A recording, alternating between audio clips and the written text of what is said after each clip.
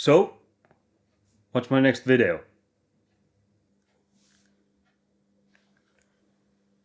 Well, since the year is almost over, there is still Game of the Year video. That's gonna be easy. Just check which developer paid me most money this year and their game wins.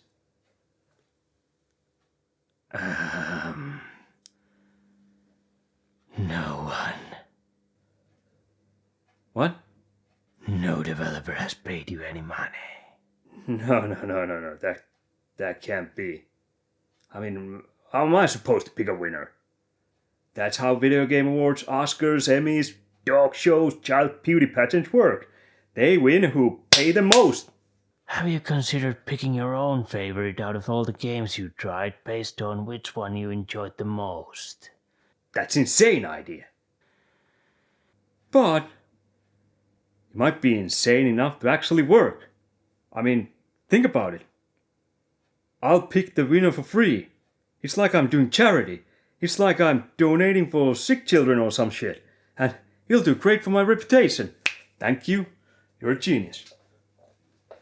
I have no idea why I'm working here.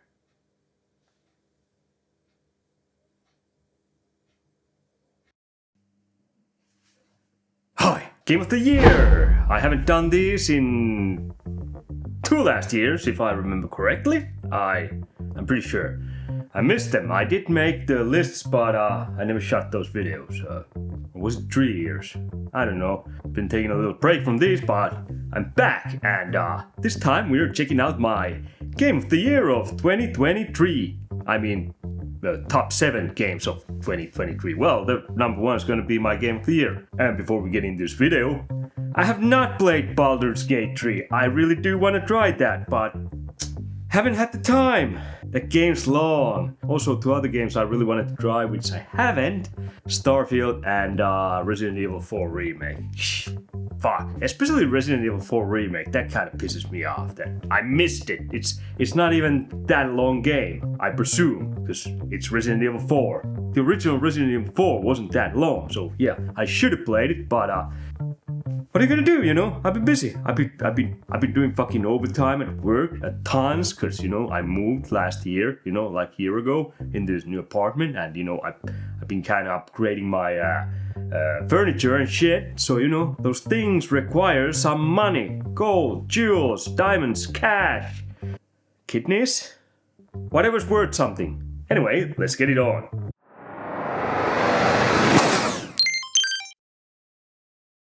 Number 7 on my list is Like a Dragon, Ishin. A Yakuza game on my top 7 favorite games of pretty much any year is just about as expected as a herpes on a sailor at this point. So yeah, it's just gonna be there. And if there's any sailors watching this, get some goddamn creams and ointments on that shit. Antibiotics, I don't know what helps, but stuff like that. Anyway, Like a Dragon, Ishin is originally it was Yakuza. It didn't have a number. It was for PlayStation 3. It was a Yakuza that took place in the samurai times, or kind of at the towards the end of samurai times. You know, this one features firearms too, so swords are kind of coming obsolete, or more obsolete in that sense, because you know you can just point and pull the trigger. And like all Yakuza games, the fucking storytelling is fabulous. I don't know how they fucking do that. They push out 1 game every fucking year. Actually, this year, 2 games. This remake, and there was another one that just came out like last month. But I'm skipping that. I play almost every Yakuza game, but shit, I need a break. And early next year, there's coming a whole new Yakuza game also, Like a Dragon, whatever. So I really want to try that, so I'm saving my energy for that game. Might not actually get that on release, but anyway, Like a Dragon, Ishin. You're Sakamoto Ryoma. I'm guessing he's some kind of distant relative for Kiryu Kazuma from the modern Yakuza games, because, well, the son of a bitch looks exactly like him. You know, it's an identical twin, pretty much. So, yeah. Same actor, same voice actors, and, you know, same face. Johnny same face. And obviously this being samurai times, the fighting mechanics, it's not just beat 'em up with your fists. Now this time you have different fighting styles. There was one with a gun, one with a sword, one with fist, and one that combines gun and sword. So there's tons of stuff you can learn in this, and again, tons of side story shit, side quests, side activities you can do, like farming your own farm. I mean, damn, they always go all out when it comes to these Yakuza games. I don't know how the fuck they do that. They push out at least one game every year, and every year it's fucking huge, although they usually don't really change the map.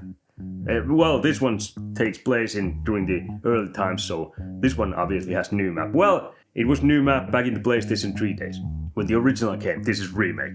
But the Yakuza games that they make the main series, they're always in Tokyo, the same area. You'd think I'd get bored, but weird reason I haven't still. They do change it up a little bit, the places you can actually enter and shit like that. But yeah, it's a fantastic beat 'em up. Storytelling. This game takes my storytelling of the year prize easily. It's just, these guys know how to do some of the most intricate, is that real word? Well, I'm gonna use intricate shit that you can really do, with the storytelling. They usually just hit you with some kind of a murder or robbery or something at the start, and then they don't really mention it, and they slowly build up on that mystery that happened, who did it and why and shit like that. And it just, the build up they do their stories is on a whole nother level. I don't fucking know. Why aren't more games doing it in the same vein as these games are? I mean, most games, the stories are just kind of blah.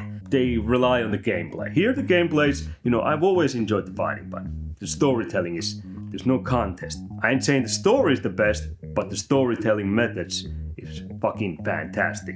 Well, actually, what's the list of games I have on this top 7 list? I'd probably give this the best story too, because I fucking love the stories they tell in these Yakuza games. So yeah. But number 7, Like a Dragon, Ishin.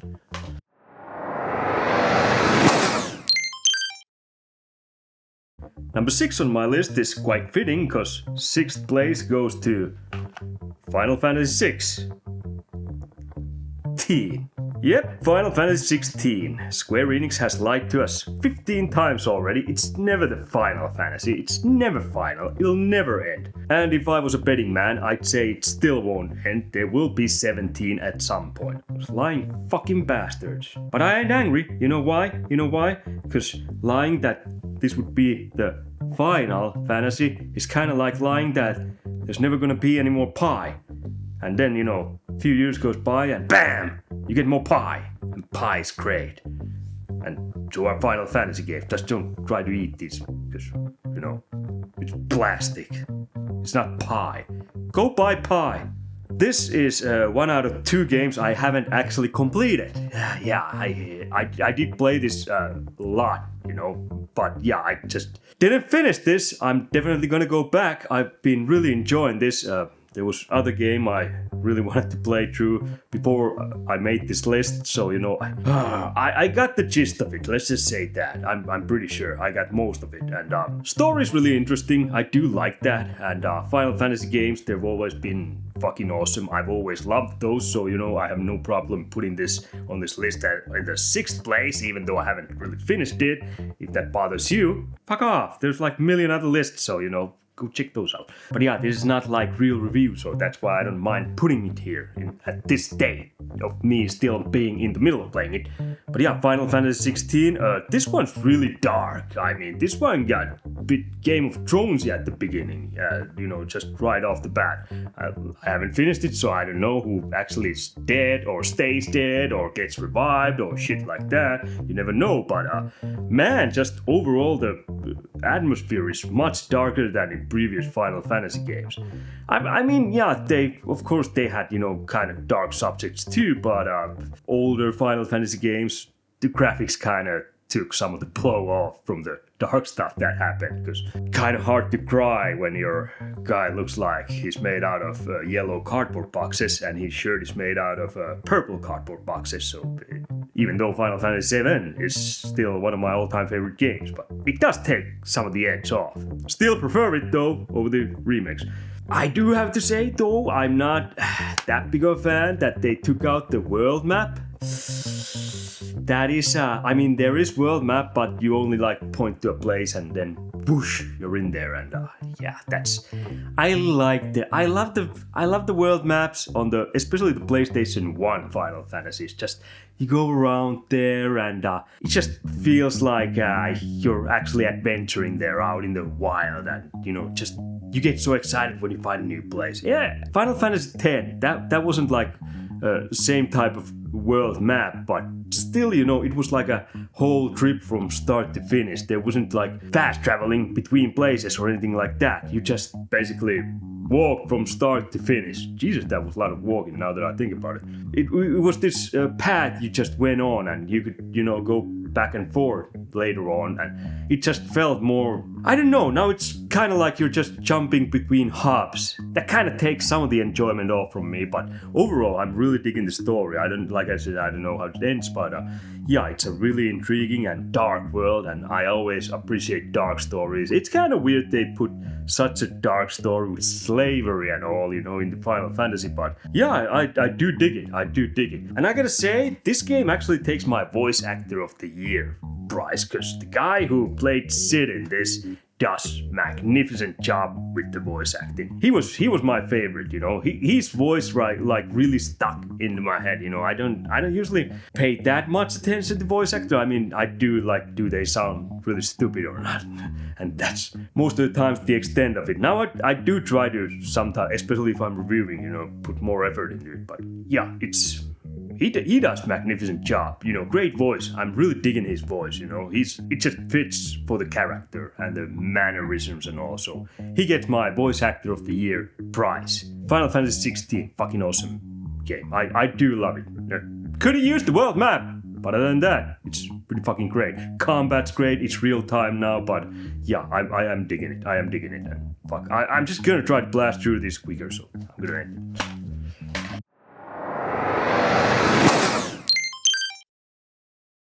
Number 5 on my list is Mortal Kombat 1. 1, 2, 3, 4, 5, 6, 7, 8, 9, 10, 11. Well, it kind of makes sense. 11 is made out of 2 ones, so obviously the sequel just combines them and becomes 1.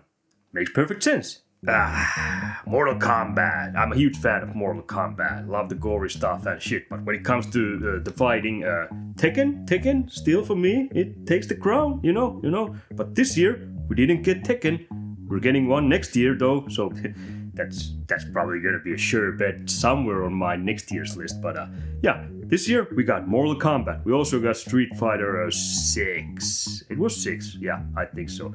I haven't really followed those Street Fighter games, but I like those, but not nearly as much as I do like Mortal Kombat and Tekken. This one, again, I fucking love the story. The stories.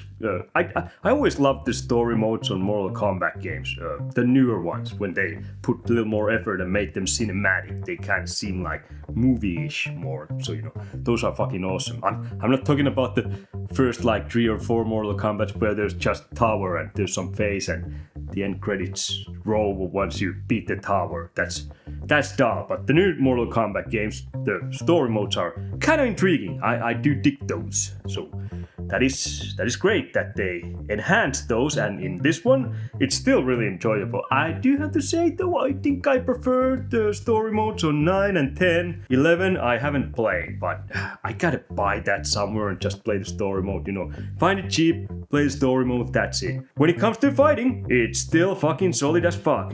I do love it, and the tag team thing that they brought in this, where you have to pick a friend for your fighter. Like I said on my gaming pickups video, I was a bit worried that it was gonna be like Tekken Tag Tournament, because I don't really want to play as 2 different guys at the same time. Once the other guy gets beat, then you have to play as the other guy. Here it's more like just extra moves. The other guy works as kind of that. You can press a button and summon the other guy to throw a punch or grenade or shoot laser or I don't know, piss acid or something. Fuck do I know. If you pick Sailor, they'll give the enemy herpes. This video is weirdly anti-sailorish. I got nothing against sailors, more power to them. If I was Sailor, I'd be fucking in every port. Well, I also have this face too, so But I guess it's the uniform, so I should be kind of safe. I think they get paid decently, so prostitution is... Mortal Kombat! Fuck sailors. I mean, huge protection. Mortal Kombat! Fuck was I going? My biggest complaint is they kind of neuter some of the characters. I don't know what it is with NetherRealms. Do they have little Asian hate going on there? Huh? Bit of racism towards Asians? Because I think they neutered all the Asian characters the worst. Liu Kang is luckily still a bit more Liu Kang-ish, but what's the thing with Kung Lao? Raiden? The fuck? You turned them into like pussies like Glenn from Walking Dead before he started dating. Fuck! Well, they weren't ruined, I get it, it's kind of different timeline shit and all that, but character-wise, I enjoyed Kung Lao and Raiden way more in the previous ones. And Johnny Cage, my favorite. In this one, he was decent too, but yeah, I do feel like a bit of the edge was taken from him, but I'm willing to, forgive, because this game actually wins my Game Character of the Year award. I don't know. This is fucking Game Award show. Someone has to do it good, cause they blew it. But yeah, my Character of the Year award for JCVD, Jean-Claude Van Damme. If you watched this channel, you knew that was coming. Actually, JCVD gave his voice to the JCVD character in this game, so do I need to strip Sid from his voice acting award? Well, I'm still gonna give it to Sid, cause Van Damme had so few lines, which is criminal. He should have had he should have read books in this. It should have been one huge audiobook just in the background while you're fighting, and JCVD is reading that. He should have read Lord of the Rings. JCVD reading Lord of the Rings throughout the whole fucking game. That would have been great. We would have heard his magnificent accent. Take a big stick and your boyfriend and find a bus to catch. I love JCVD voice. Some people don't. I can kind of see that. But yeah, solid fucking fighting game. If you're a fan of Mortal Kombat games, you're gonna love this one too. The fighting. It's still there. It's great.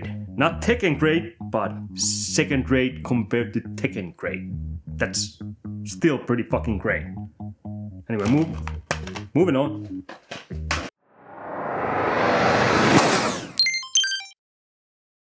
Then we get to number 4 on my list, and this one wins the award for the biggest positive surprise, because it was supposed to be total shit, but it wasn't. It was actually really fucking good, and the creators really loved the fucking subject they were making this game from. It just fucking blew me away. It surprised me totally. I mean, this came out of fucking pitch black. I mean, even the announcement of this game was kind of underwhelming considering what we got. Holy shit, this is... it's so, refreshing to see developers who aren't, huge companies, but because they have love for the shit they do, they come through and make some of the best shit out there. Number 4 is RoboCop Rogue City. I mean, who would have guessed that we would get 2023 a product from a basically dead franchise? That's fucking awesome. That's fucking great. That's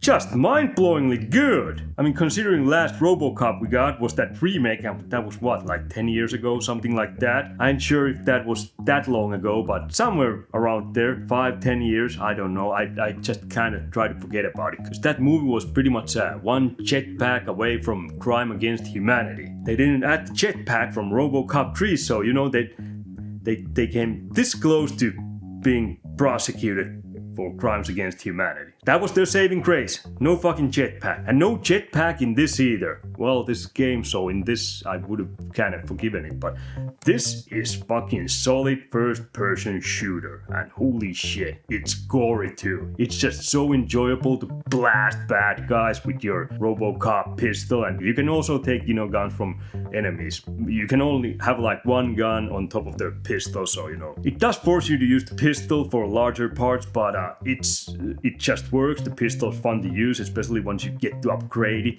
There's all kinds of stuff. There's little RPG elements where you can level up and you gain skill points. That shit that's in every game these days. It's kind of default setting nowadays. It would actually be kind of considered probably new and groundbreaking if some game left those things out. Especially like first-person shooters or third-person action games, something like that. Also, Peter Weller came back and gave his voice to RoboCop. God damn it! Should I take the prize off from Sid for best voice actor? Shit. Well, I'm gonna let him keep it. Although I really enjoyed Peter Weller too, It's so fun to hear him. Although this is not like AAA title, this is AA title, which means it doesn't have nearly as big budget, but yeah, they really came through. But of course, it being AA budget, you can see some of the cracks, like the dialogue. Peter Weller's the only one who gave his voice, from the original cast. There's Louis. I think Louis was decent, the woman who did her voice, that was alright, but like the Sergeant Reed, yeah, that voice actor sounded, not good, but still, smaller budget, and well, the original actor who played Sergeant Reed has passed on, so there was no way of getting him, so yeah, they did the best they could with their budget and their resources, so, considering those, this is fantastic product, and the gameplay is just, it's good. It's like one of those early 2000s first-person shooters, just really solid, brutal, and the shooting just really packs a punch. When you're shooting someone, their arms come flying off, and there's blood all over, and you can throw people also as RoboCop, grab them and throw them, and you can throw like, chairs and shit. This is unapologetically old-school first-person shooter that does first-person shooting just really great. This one also gets the award for developers who actually really gave a shit about the product they were making of the year award. Also, this one gets Nostalgia Punch Right Into Your Balls award of the year. Also, this one gets Peter Weller Still Fucking Rocks as RoboCop, so screw you award of the year. A lot of awards for this game. I also almost kind of want to give this one a Music of the Year award, but that one goes for other game, but it's really nostalgic, but the other games way more nostalgic. But yeah, number 4, RoboCop, Rogue City.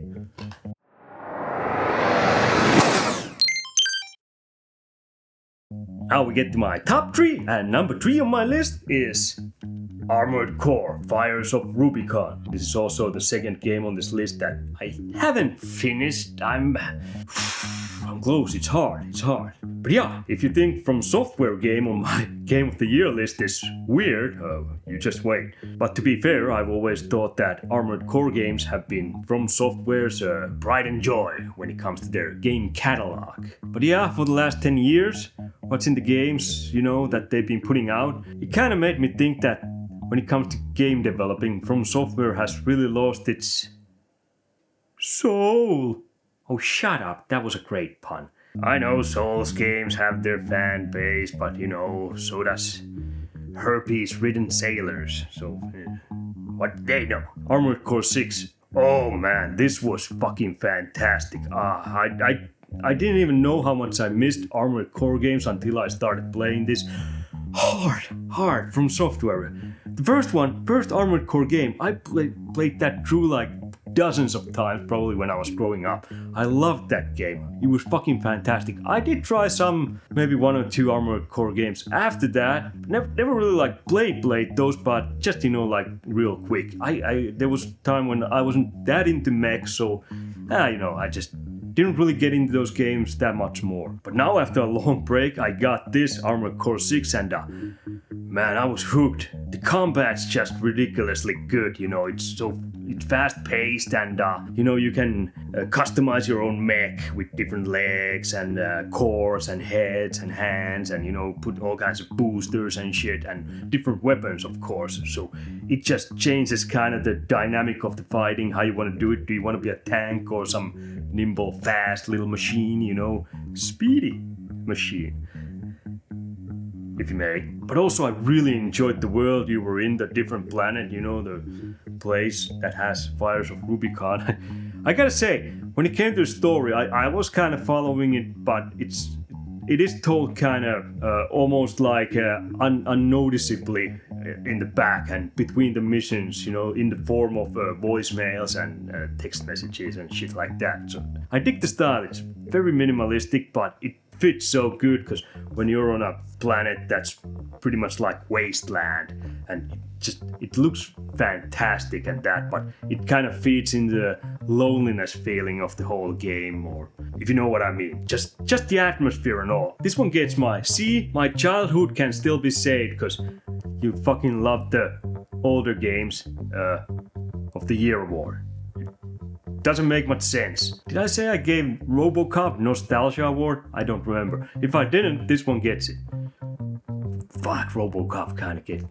At least this one gets the Scenery of the Year award, because it looks fantastic. And this one gets the boss fights of the year too, you know.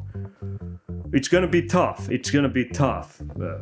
There's some good boss fights still coming, but I think I gotta go with this one when it comes to boss fights. One of the best mech games ever, in my opinion. It's just so enjoyable. The difficulty curve, it's here, but unlike Souls games, in this one I actually really gave it a proper shot. I mean, a lot of shots. I lot of shots. I was stuck in few bosses for God knows how long, but like I said, I didn't beat this because I got stuck into one other boss, although that one I didn't give that much try. I need to go back and give it a proper try. I really enjoyed this game. Number 3, Armored Core, Fires of Rubicon. Also the collector's edition was magnificent. Just fantastic. Don't know what the extra head was for. That was kind of stupid, you know. You're gonna lose it. Oh, speaking of the extra head, here it is. What? Why? I still haven't lost it. But then again, my cats haven't found it, so it's only a matter of time.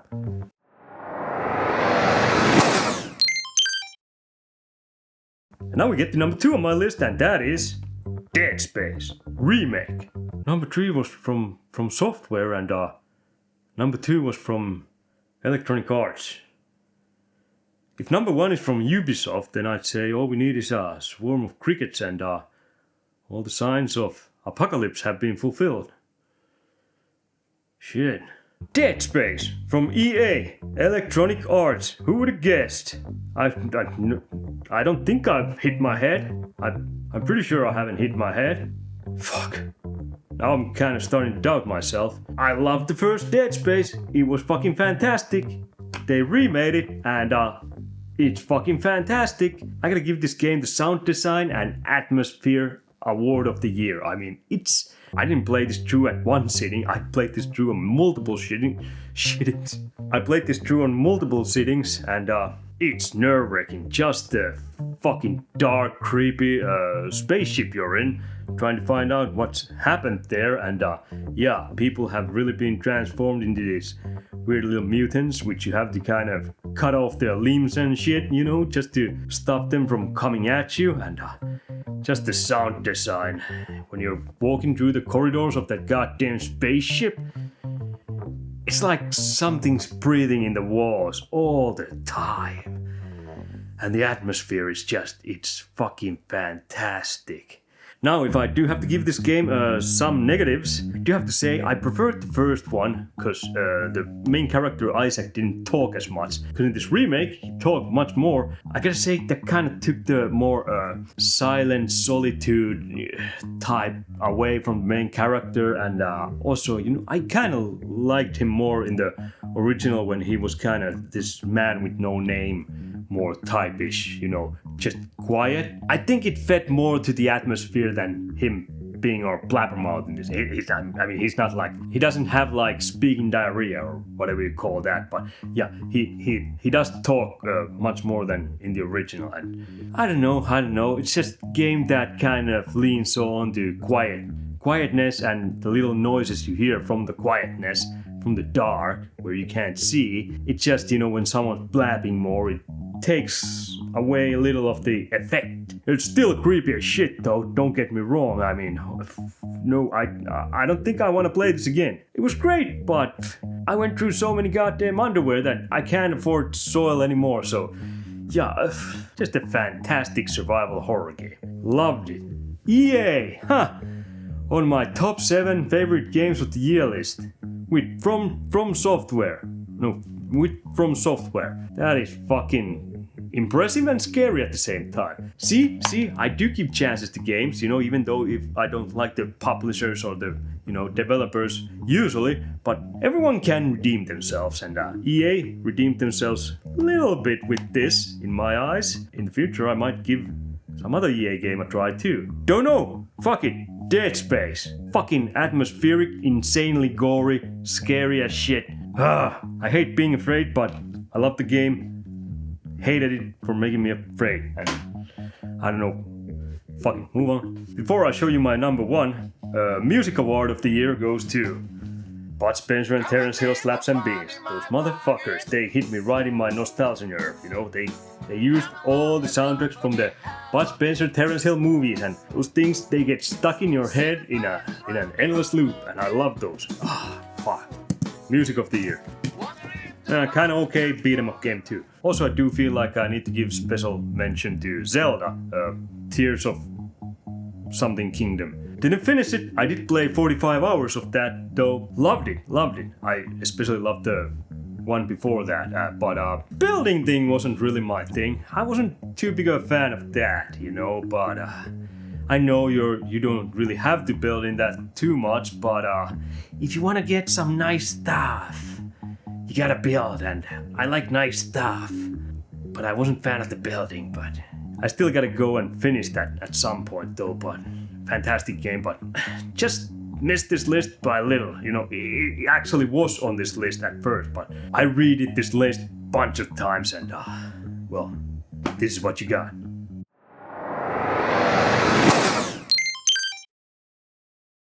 Anyway, it's time for number 1 on my list, and I almost missed this game, because I almost went with Super Mario Bros. Wonder, which I think would have also made this list. I really want that game too. I gotta buy that. I haven't bought myself Christmas present. It's actually Christmas Eve now that I'm recording this, so yeah, I got nothing better to do. I'm still gonna go to work today, so that's my Christmas. Anyway, I went with Spider-Man 2. Fantastic game. This one gets my Traveling Mechanisms of the Year award. I don't think any other game has made traveling as much fun as Spider-Man 1 and 2. And apparently Miles Morales. I haven't played Miles Morales, but yeah, Jesus, it's just fun. And in this one there's 2 Spider-Men, which actually makes a lot of sense, because when you think about it, spiders have 8 limbs, but human only has 4, so when there's 2 humans, well, they have 8 limbs too, so it kind of makes sense. If they attach those 2 Spider-Men to each other by taping the other one's face and the other one's ass, would that still be 2 Spider-Men or 1 human centipede?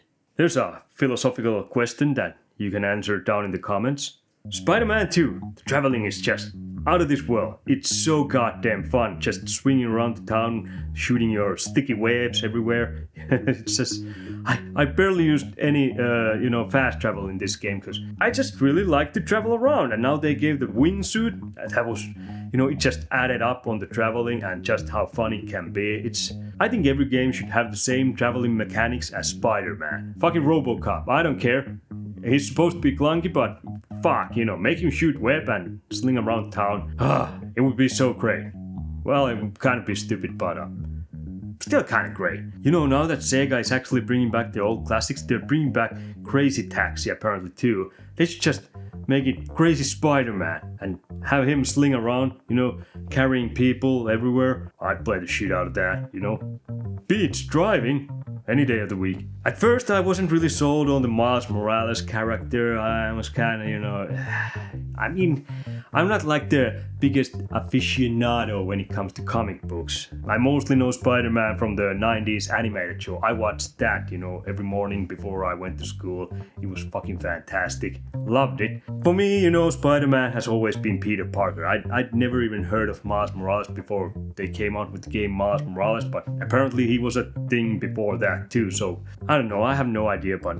And then he was this kind of skinny teenager and still in school and all that shit, and at first I was kind of put off by the character, but throughout this game, he really grew on me. I just suddenly noticed that, goddamn, I actually like that character.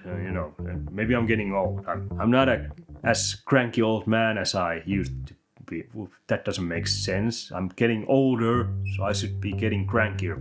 But Peter Parker was still my favorite, so But really enjoyed the story in this game. I still have to say Yakuza wins when it comes to storytelling, but this one was like a really cinematic, all the storytelling and all. The boss fights and everything, they just did fantastic jobs. It felt like you were playing one of those shitty Hollywood AAA movies. Except this one actually, was fun because you were controlling it yourself, you weren't just watching CGI crap blow up on screen while Vin Diesel and his family were saving the universe. So this one I actually got into. It's got loads of Spider-Man villains, and I'm really happy to see Venom in this. That was Venom I know somewhat.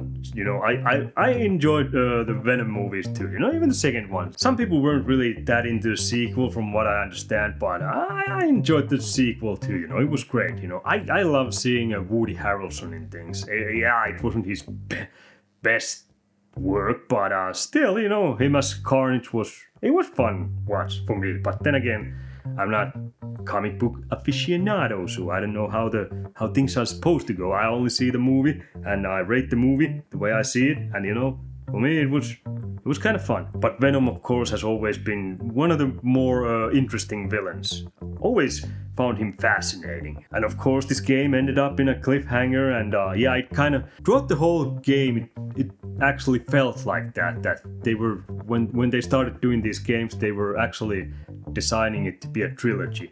I hope they don't overdo it. I mean, game mechanics are always going to be blast, but when it comes to the story side, trilogy is good. Trilogies are great, but once you start, doing over that, the story usually suffers. So I hope they make one more and then they do something else. That's what I hope. Even though I love this game, fantastic game. It's my number one. Fighting is fucking fluid and great.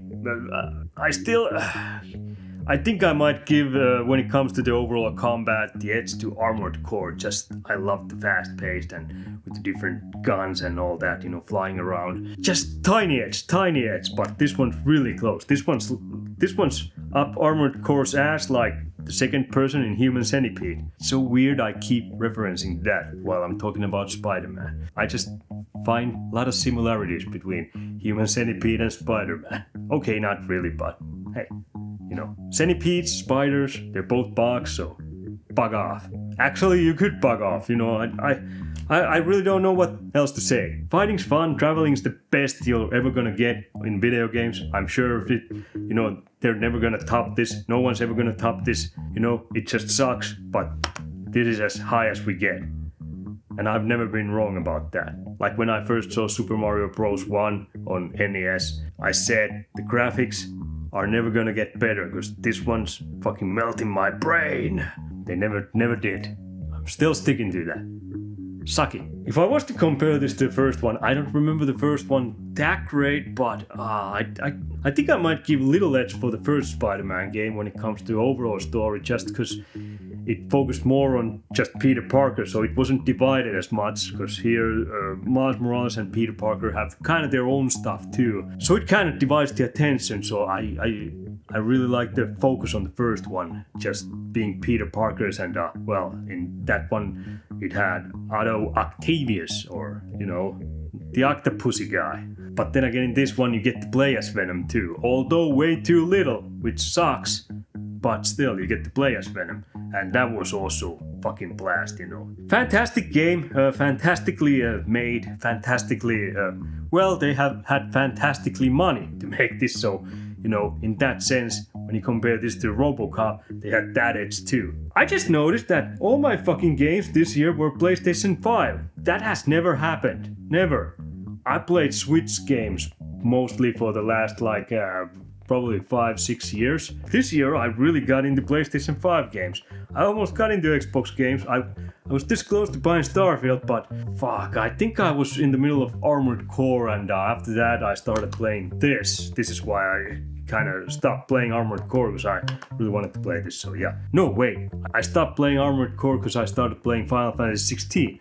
Then I stopped playing Final Fantasy 16 because I started playing this. That's probably how it went. Well, anyway. My number one game. Big surprise, you know, it's probably number one on many people's list who haven't played Baldur's Gate 3 yet.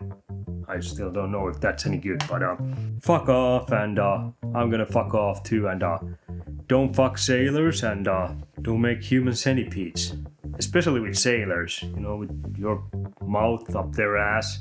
At least make sure you're the, you know, front end.